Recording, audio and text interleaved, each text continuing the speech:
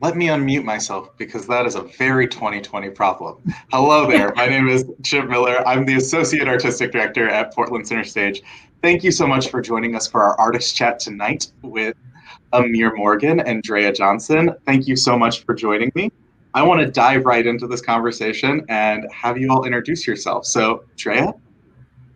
So, hi, I'm Drea. Thank you so much for having me tonight. I'm super excited. I own Hidden Opulence. Hidden Opulence is a sustainably focused alterations and small batch production service here in Portland. I started the business in 2017, and that's primarily what we do. We do small batch for local designers and also provide, right now, also masks and alterations for everyone.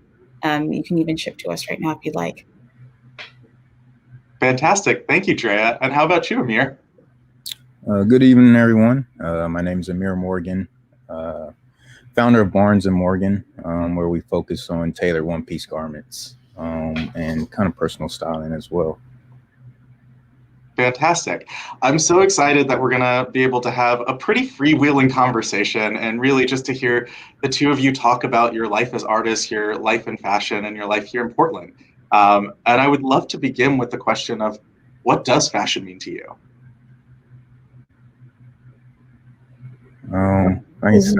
I like the simple definition of a manner of doing something.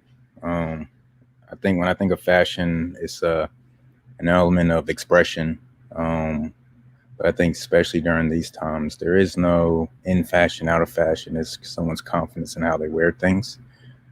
So kind of that simple aspect of just a manner of doing whatever that element is that brings you joy, happiness.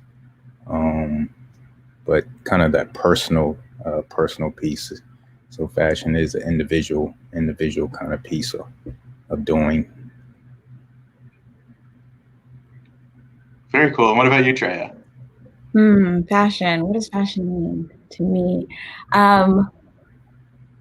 When I think of fashion, I think of society integrated into that, whereas it's kind of the way that we both stand out and see ourselves visualized in the world for other people to see us. But at the same time, it's kind of the way that we can relate to each other and we can find one another without having to say words. So that's what fashion means to me. I love that. It's such a way of how it's about expression too, and that feeling of how do we express ourselves. I wonder, how did you both come to this place where clothing was the way that you would express yourself? I feel like it's always been. I always tell people, putting on clothes and leaving the house is the best part of the day. People talk about Superman, Batman, superheroes and things, and I feel like every time I leave the house, that's kind of like the confidence of leaving the house is depending on what I have on and the outfit I have. So I think that's really key for me. And kind of always, as a kid, I think my sister always sewed. I had an older brother who I kind of looked up from for style. So he was wearing Columbia jackets back in the 90s, Timberlands or different things. So he'll go up north. So I'm originally from North Carolina. He'll go up to New York or have family, bring back different styles. So it was kind of like I always looked up to him from an aspect of style. My mom always sewed. So it's kind of always been around in the aspect of maintaining a personal aesthetic or style amongst the individuals within my family. So it's kind of been something that's always been unique and interesting for me. Awesome. Drea, what about you? Mike, you'll have to repeat the question again. When or how did you feel like you could start expressing yourself through fashion? Oh, man. I mean, I agree with Amir. It's kind of been something that has been very ingrained in family life. Both my parents were really, dressing was very important to them, and going out and looking very nice was very important to them. And I feel like I picked that up. And I think from being little, probably my first expression of dressing up in clothing is, playing with my dolls and making sure that they're like well styled, like while I'm playing with them. But definitely through junior high, just trying to find who I was. I think that clothing was like definitely my playground, still is. Yeah, so that's kind of where it all started, was like definitely like my teenage years, I think. Awesome. And I wonder, I love the phrase, it's sort of my playground. Like, can you expound on that, of how a sense of play plays into fashion for you? Because I mean, essentially, like dressing up, you can take it in like two ways. It's like adult, like dressing up, it's like suit and tie. But I feel very connected to the child in me. So I think it's like dressing up in the sense that, who do you want to be today? Like, who do you want someone to perceive you as today? Like, that's when you can go in the closet and just put on anything like that. It may not be you in the grand scheme, but like, there's no rules on that. You are who you are every day. Yeah, I was going to say, to that point, it is still you. Yeah. I mean, the clothes don't make the person. It just gives you whatever you need to step out and kind of feel that manner for that time period. I think even kind of Chip, where you work, like costumes are a huge part of the element of and the dynamic of the experience when people come in, and the ability of that individual to put on a costume and then become someone, and be able to give that experience to the people who come to the center stage and are seeing things. So I think it is still that person. It's just another piece of that person showing at that moment. I think For that sure. I think that feeds You go right ahead, back into, sorry, instead that I feel like that feeds right back into like the superhero comment you just made. Like, that is what you get to become, or what you might need, in that day. No, I think exactly like for me, and into that superhero comment, like the way someone, or even myself, like if I walk out the house and I thought the color that I had on was different in the light in the house and it's different in outside, like just that thought of like, this isn't what I thought it was going to look like the idea of that, how that thought, but even the confidence of someone who's walking down the street who has a certain outfit on, and you can tell that they're confident, and they could put on something else, and you see the same person have a different walk, a different action. So I think there is these elements that kind of the fashion or style, or clothing is able to kind of enhance who we are, not change who we are, but enhance some of these elements at times. Yeah, I love all of what you all are saying, and to that point of like, on stage we do have costume designers on every show, and that so much, particularly collaboration on one of those costumes, is a director, a designer, and an actor building a character together through clothes. And just that way of, what do you think the biggest difference between having your own personal style and then translating that into clothing designed for other people is?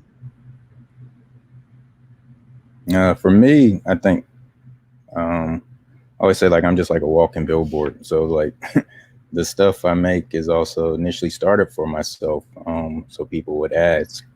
But I think some people will see themselves in it, and then some people won't. So I get a lot of times like, oh, you can pull it off, but I can't. So I enjoy the ability of being able to put someone in something that they felt they couldn't put on, but then they see themselves in a new light.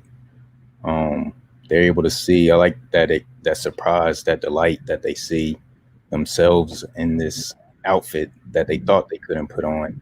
Or how do you make it for them, in the sense so that then they feel like it is for them?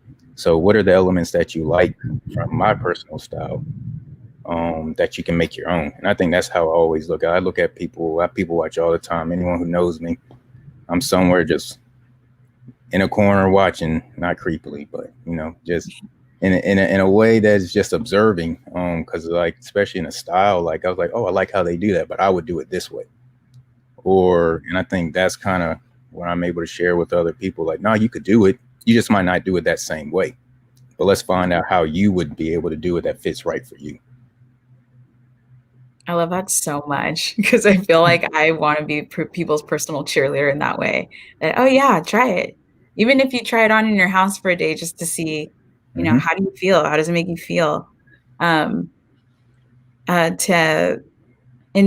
answer the question for me, I can relate so much to everything that Amir says. I feel like he speaks like directly, speaking my language.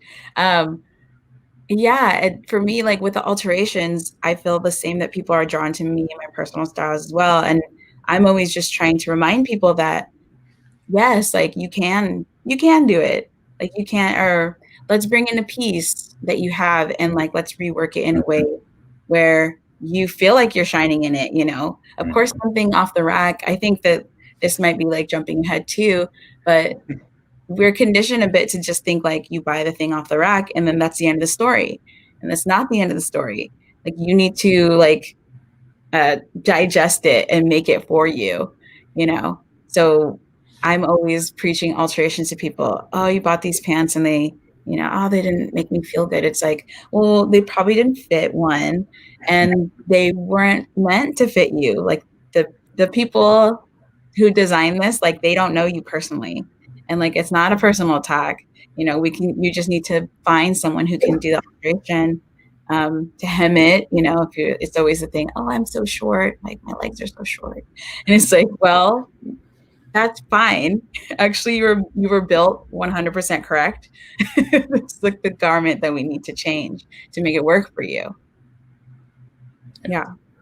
I love that. It's the garment that we need to change to work for you. Is the this idea of the superhero, of the like, you wear the clothes, not the clothes wear you. To that point, I think we get caught up in like the aspects of names or brands sometimes, but it's like what Drea is speaking to is really about fit. Like if the garment doesn't fit you well, it's kind of like the idea of like someone can go buy a Gucci or Armani suit, but they can buy it oversized, and you walk down the street and you're like, man, that's a bad suit. I'm like, no, I paid a couple $1,000s for this suit, but it still is a bad suit because it's the fit.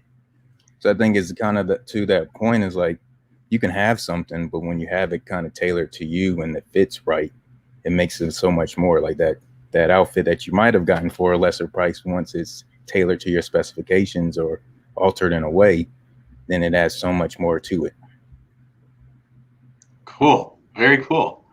I'd love to it's just a slight pivot, but to talk a little bit about being business owners in this field, and like, what was your journey to founding your business, and what are the trials, tribulations, and joys of running a fashion house? Oh gosh. For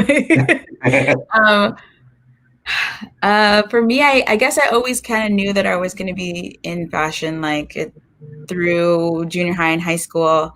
And then I was lucky enough to find a university that gave me the opportunity to do a Bachelor of Science in apparel. Initially going in, I thought I was going to be I like to think of the industry, or just the fashion industry, kind of like culinary in a bit, where when you run it at the end of the day, there's always like front of the house and back of the house. So I always thought I was going to be like front of the house, like a buyer or a brand rep. And I tried that, and it just wasn't my angle. It just wasn't, I wasn't feeling that I was having really genuine interactions. This wasn't LA.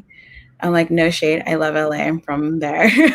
But the interactions that I was having where I was working just weren't it. I was having more genuine interactions with the designers because they really cared about their clothing and cared about who was going to be inside it. And it wasn't about just trying to get as many numbers inside as many stores as possible.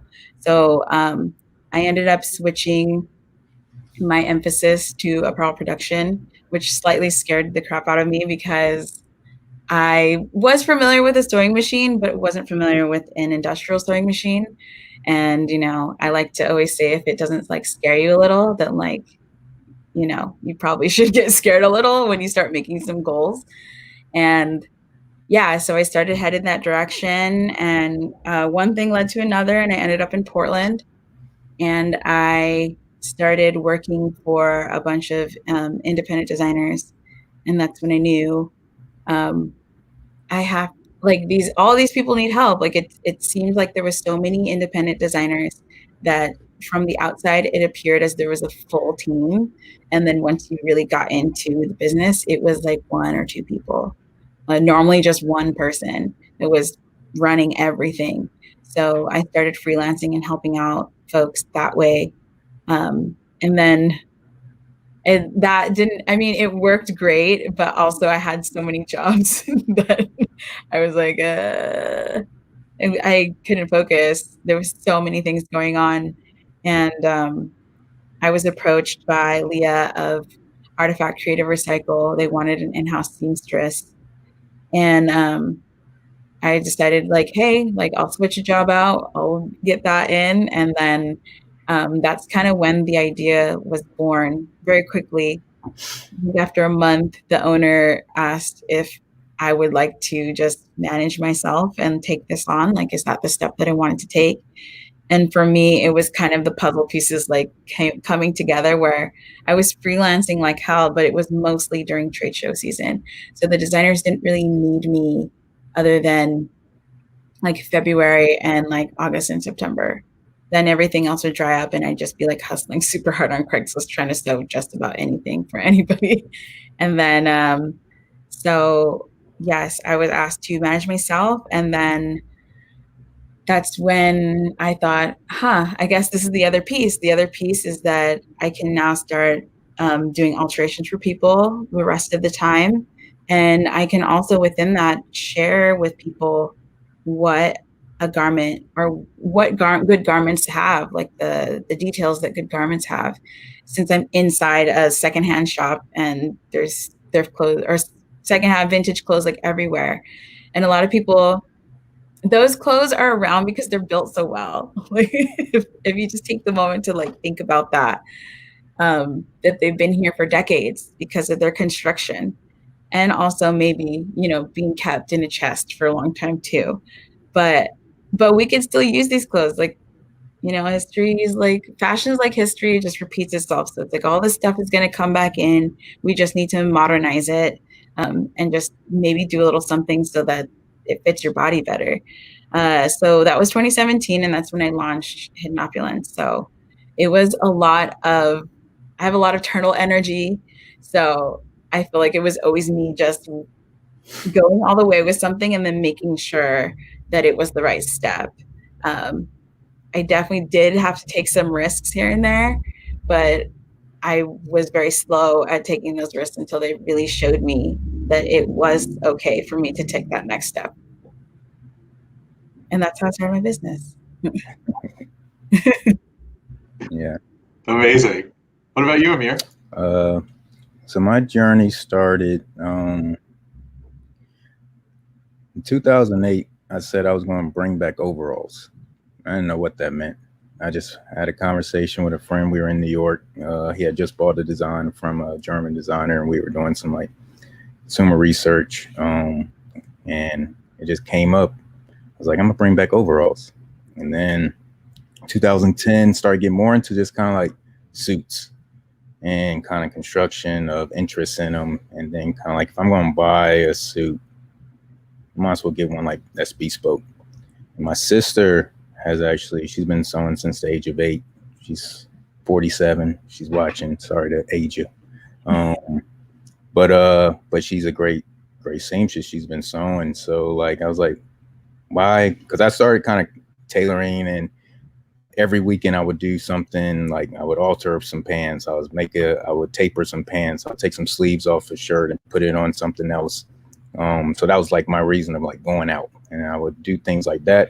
But then when it came into kind of like combining this idea of like bringing back jumpsuits or overalls, something, and keeping it with a tailored aspect, I was like, why don't I bring her in, kind of help her skills, use her skill sets.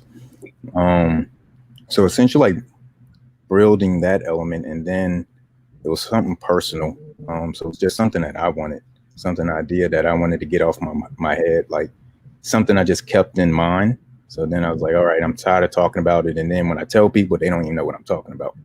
So I was like, I have to create it. And then once I did do that, then I was like, I wanted to share this with people.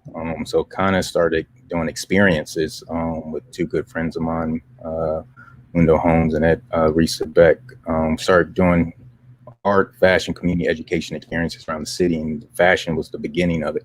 So curated, had 10 suits that we showed as wearable art pieces at the Sunken Ballroom, Portland Art Museum. And then from there, people would ask, and I'm like, oh, well, they're just kind of made for me, something of my interest. And they, over the years, people continue asking. I'm like, well, maybe I really need to kind of build a foundation and get something settled where I can actually offer people these suits as well. Because people, I shouldn't just keep it to myself, share with the world. And that's kind of where it kind of really began. And even the name Barnes and Morgan, like, my mom's maiden name is Barnes. My dad's last name Morgan, so it's kind of heritage piece. So bringing in that family, my sister, myself, my mom. So just kind of as things, even during COVID, learned that my grandmother put my dad through college sewing. Her brother was a tailor. Like, so all these elements just kind of begin to come together. And I was like, at least I got to do this for me and my family. At least in the sense of like, they did these great things like this. I had this history of great tailors, seamstress, fashion, but I have nothing to show for it at this moment. So why don't I create something that the legacy after me can have, if they want to kind of pass on, that can show for it. So that's kind of where the things really kind of start moving, where it's like, this is something I got to do. It's not something like just want to do, but I got to do it for the people that's in my family, for the people who are interested. So kind of in that piece. So 2015 kind of started doing experiences through fashion, and then 2020 is actually when I started Barnes and Morgan, and kind of really getting everything moving, even during COVID. So it's been a kind of a whirlwind, but I think it's been really, really uplifting, and kind of meeting people like Drea, meeting people that actually are kind of moving and putting forth efforts and times to kind of bring the community together through this lens of not even as fashion, but just kind of like appearance and aesthetics, and kind of like just being conscious of that. And I think the education was something I thought it was really interesting, because when people would be like, oh, I couldn't do that, I can't wear that. Or even when I would go into get measured, and it was a thing like you felt like as though you had to know all the things around what's your chest size, what's the length, what's the inseam. Like you needed to know all these elements, and it was kind of like, it was intimidating. So kind of that's where also like, how can I create a space where people can learn about these elements, similar to what Dre was just talking about. Like you can learn these elements of a garment construction to then either buy something here or take it somewhere else, wherever you might need to go, but giving you that confidence to leave and go into a store that might be high style and feel confident walking in and knowing that what you want to leave with, be it a suit, be it pants, be it a tailoring, but be able to have that basic understanding of the garment to then come in that store with confidence and leave with what you want. I love so much this idea of like demystifying the process and demystifying the parts of it that feel, I know for me, a lot of clothing and fashion does feel like, what's my inseam? What's this? And that feels like a barrier. And this idea of saying, no, that we can just educate feels so uplifting and like an opening in many ways. Yeah. And I wonder, like, what is it particularly in Portland to be a Black creative making and running a business? Like how does that feel different in 2020 than it has in prior time? Or for me, or what is it to launch your business in 2020?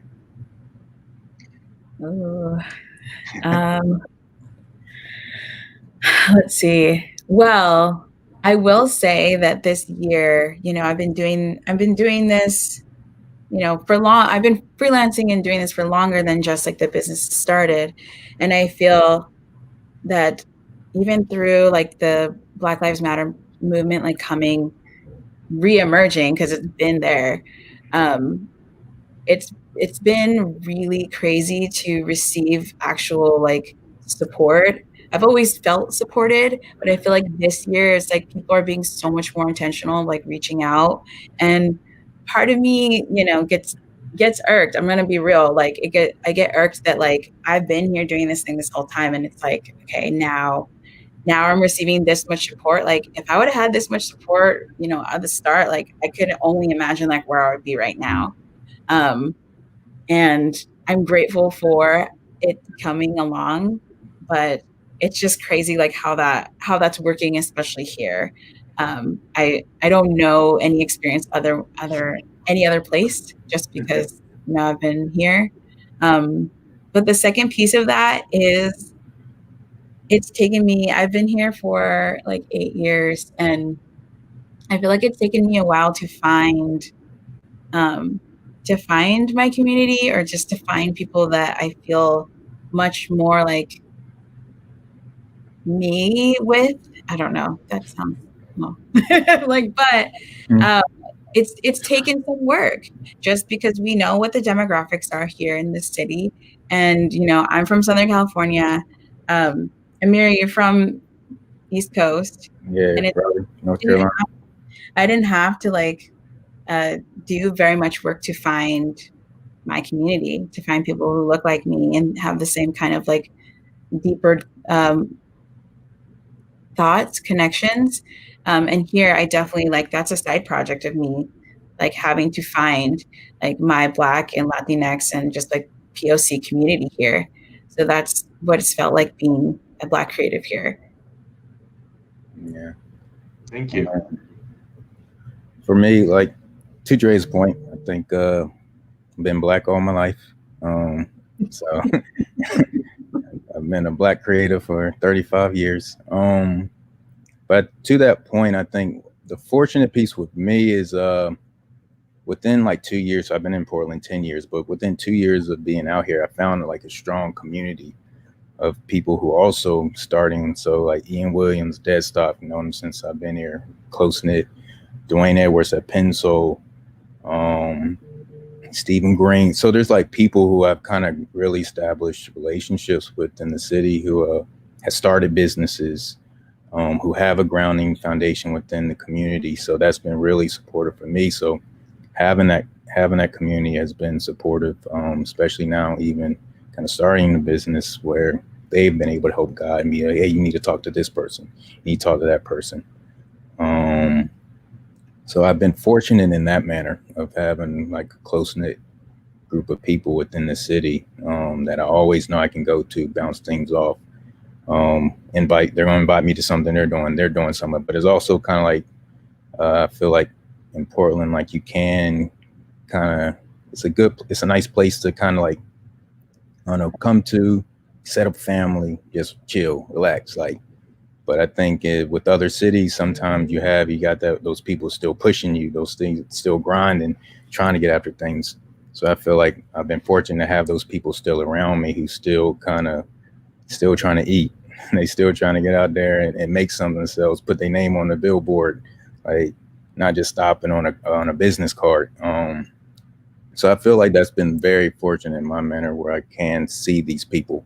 Because I think for a lot of minorities, we got to sometimes see it to believe it. And it doesn't always, it shouldn't be that way. But I think it is where if we don't see it, then it's kind of like, oh, well, someone else can do it, but we can only do what we see. So I think that's even more reason around kind of the examples that Drea and myself are trying to put out there. So other people like us, we can be a resource for them, but they can also see Black creatives doing it. And I think there's a lot of Black creatives within the city. It's just a matter of like us coming together and kind of connecting. Just like this conversation, like I've heard of Drea, but this is last week, like earlier this week. Yeah. Yeah, it's the first time we actually kind of connected. So I think even to that manner, it's just kind of the community connecting together. I do agree with, since COVID, like, yeah, there are people who are now kind of supportive and are ready to kind of even put dollars and time towards it. Just hopefully this continues. It's not just once the vaccine hits and everyone's good, everything goes back to normal. But I do think during COVID, it has been like a good support system. Even now, like there's a group of people that are helping me just kind of baseline financial, like financial plan for business. Like, I think that's one of the biggest things right now, because we want to kind of maintain this business and continue the business. We don't want to kind of, oh, we got enough funds and support for 2 years, and then we got to figure out, all right, what's next, or do we close? So how do you really do that long-term financial planning, I think, is the most important thing, where we're seeing a lot of businesses, a lot of large businesses going out of business and stuff. So being a small business, Black creative, how we last the test of time is a key thing. I'd like to add something just Yes. about the like entrepreneurial support. I feel like probably 4 years into me moving here, once I started freelancing and kind of really being in that headspace and doing that type of work, I definitely like reached out through Facebook has been a big help through all of this, and like meeting people that are like-minded. And I had a friend of mine who started a group called Upper Left Ladies, and it's women and femme identifying entrepreneurial group. And definitely through there, I found some really good connections in helping me not feel so crazy in starting a business as well, or just like those trials and tribulations that you can go through. And also, I definitely like lost a lot of friends too, just in that I didn't have time for them because I was working so much. And it was really nice, and I think very crucial, to have people who understood that like you have to make your sacrifices. You have to choose, like, is your business important to you? Is your work important to you? And if people support you and love you, they'll understand like what you're doing and be able to like give you your space to do that, and then still be right around the corner, like, oh, let's celebrate. Oh, you have a moment. Let's pop some bottles or something. Like, they'll be there and understand. So I think that's super important for anybody out there who's wanting to start a business, is understand that there will be sacrifices like that, but definitely surround yourself with people who are wanting the same types of things for themselves, because they'll be able to like help you up when you're, when you have some downtimes, because there will be downtimes. Mm-hmm. And I guess inside of that, what does, like, I know for us in the theater, thing we talk a lot about is like, with that community that you build, collaborating and like making, like, it for theater, it's, you can't make anything by yourself. It's always a collaboration. And I wonder if like, what does the ideal collaboration look like for you all when you're making? Oh man, like, I need some time to think. Amir, you go.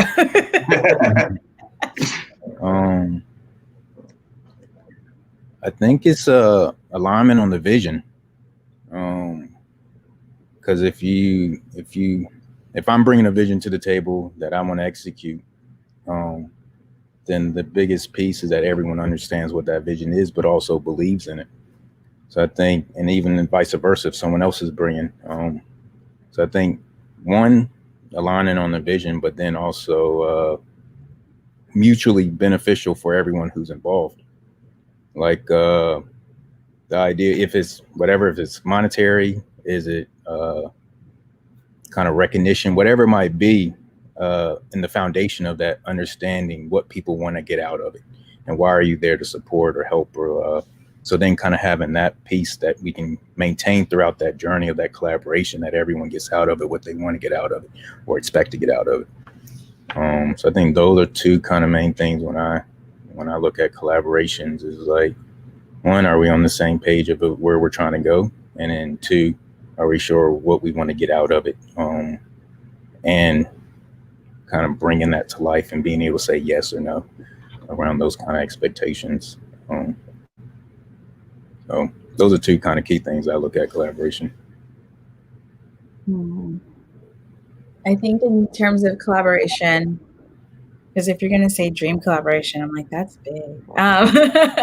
But yeah, I love the idea of it. I mean, it has to be mutually beneficial, but I love the idea of collaborations, because sometimes someone might have an idea that like you never had about the stuff that you do, just because you get into your work and you get kind of like blinders on a bit. And So yeah, I'm always open to hearing anything that people have to say about, oh, maybe we should try this idea, or maybe we should try this idea. But I think a dream collaboration would be to partner up with somebody and do just like maybe a capsule collection or of reworked, like upcycled pieces or alterations or something like that.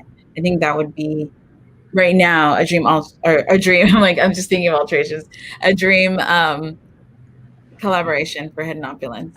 We talking about, I missed that dream collaboration. Oh my. I know, like, what's your dream collaboration?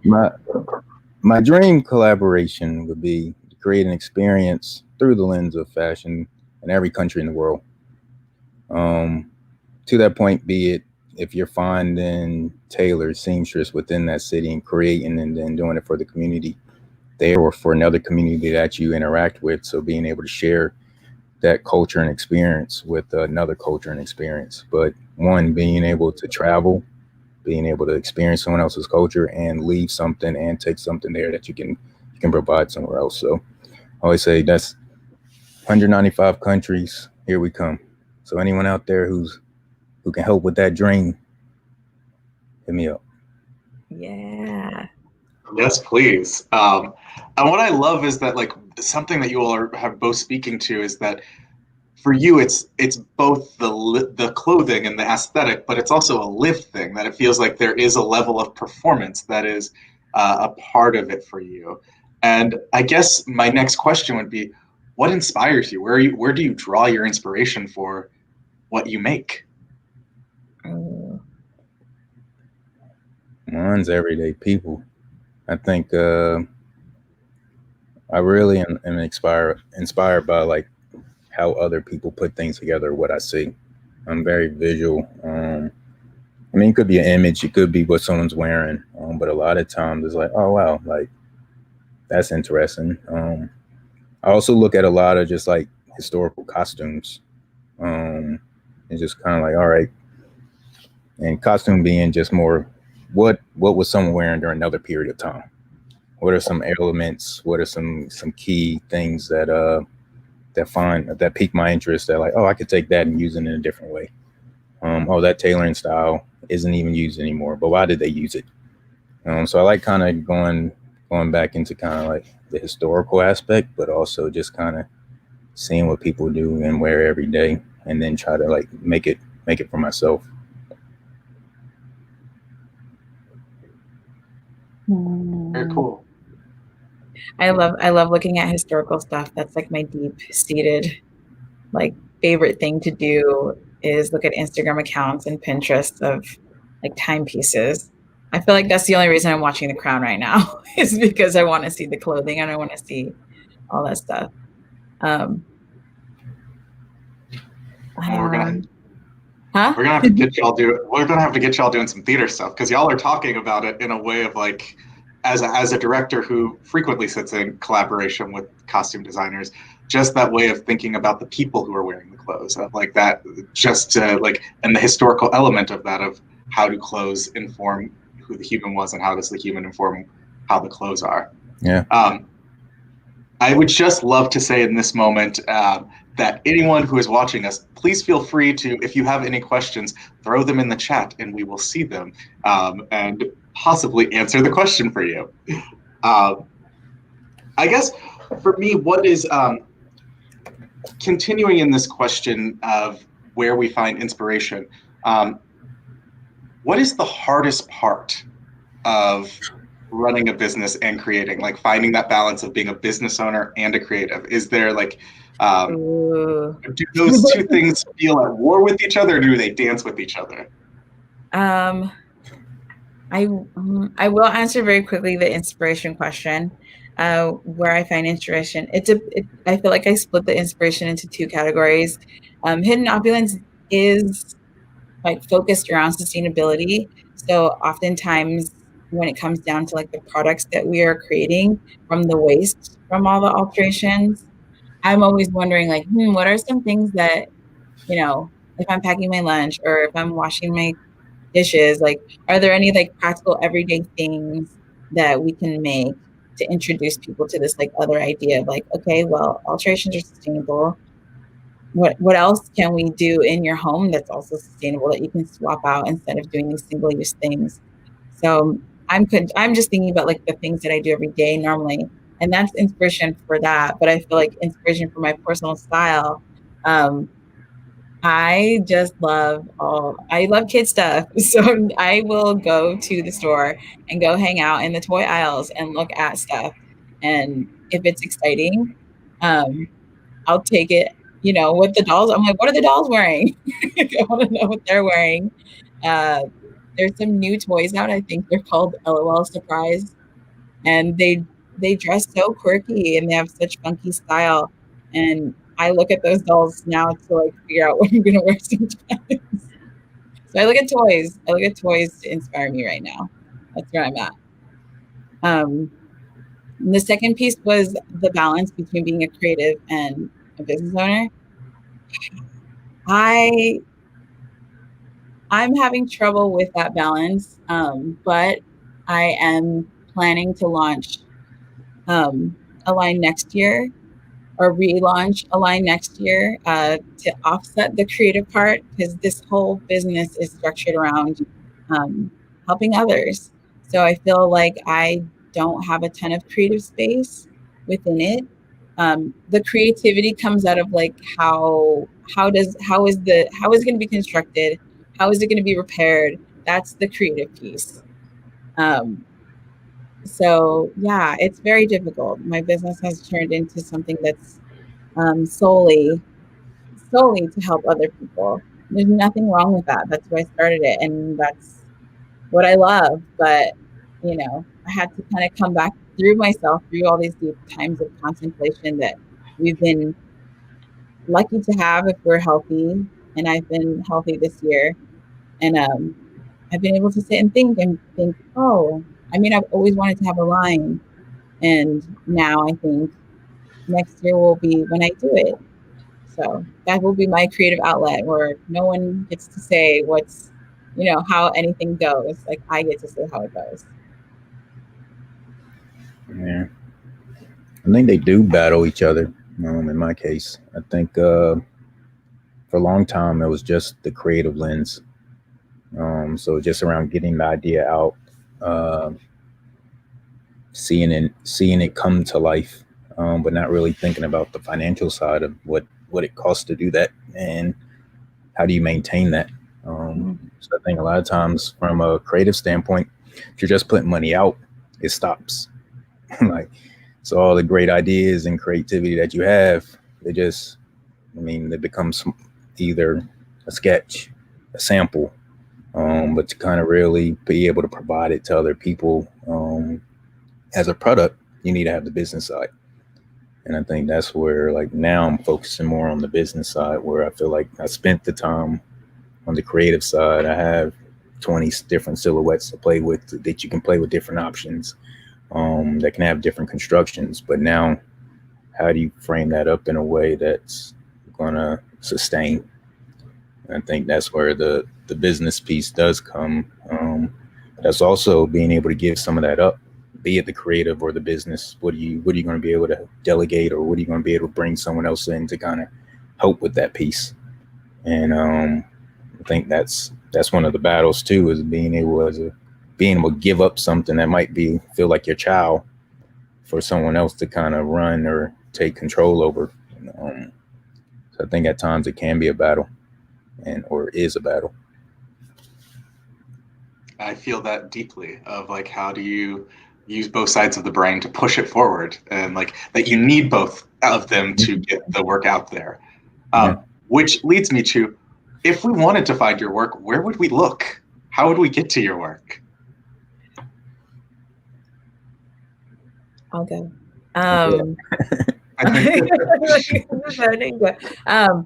You can find us on Instagram. Hidden Opulence is on Instagram.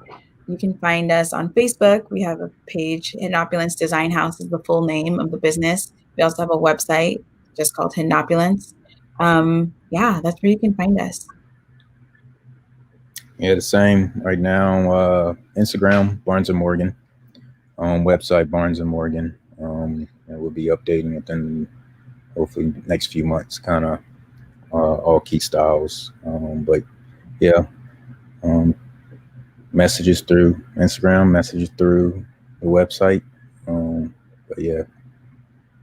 Awesome. I feel very lucky to be connected with both of you now. And speaking to both what you said earlier about being in Portland and trying to find other Black creatives, and just like this feels like a really special moment to get to connect with people in other fields of the arts. And also to just, before we close out, because we're almost at the end of our time, I just wonder, what does the future look like in your mind? What is the thing that we should all be looking for in 2021? What is the style, not necessarily the clothing item, but like the style ethos that we should be thinking about as we go into this next year, in your opinion? Oh man. A small question, I know. I know. Like,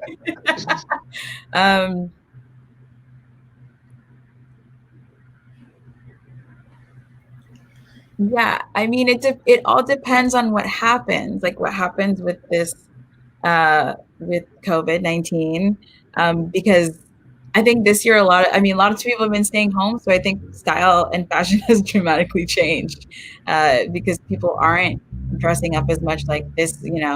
These opportunities to get to wear lipstick, but like on the regular, I don't get to wear no lipstick, and yeah, so I think if we do come to a conclusion with COVID-19, a solution to COVID-19, we are able to return back, I'm hoping that people just show out like as hard as they can when they go out in the streets, because we haven't been able to see each other. It's like we want to see like what light you're gonna bring out here, because we all need it. We all need to see each other. So I don't really know any predictions per se, about fashion. I personally love different textures, mixing different textures. So I think I'm hoping people just kind of lean into whatever kind of crazier things, because we've been held back this year. Yeah. Show out and lean in. I love that. What about you, Amir? I would agree. I think once things clears out and the outside's open back up, I think people are going to be ready and willing to kind of put something on the show.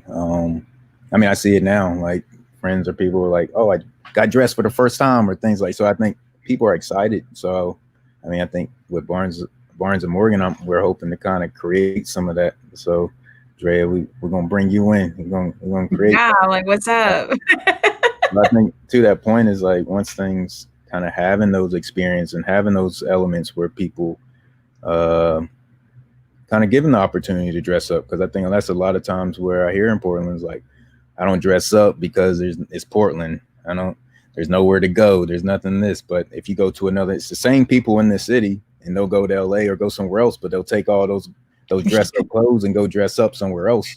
So it's not that people don't have it. It's just they're looking for the opportunity. And I think once COVID, people there'll be the opportunity to. But yeah, kind of to that point, shine bright, shine that light and share. And I think that joy and delight that everyone's going to kind of, because you already see it some, like in some Zoom calls, you'll see people start putting on some other outfits, and they'll see someone else and like, oh, let me get dressed up today. So I think it's people are eager and looking for it. So I think it will kind of get back to kind of some more hopefully tailored aspects, kind of more not full on elegant all day, but I think it will be something where people are putting a lot more thought into it, because people aren't as much, and it will be kind of this flip, I think. I mean, people are styling their masks like with their outfits. Like people are wanting it. Yeah. Truly. Yeah. Well, I want to say thank you to both of you for giving me an excuse to get dressed up tonight. And thank you to everyone at home who has joined us. And have a great evening. Thank you all. Thank you so much.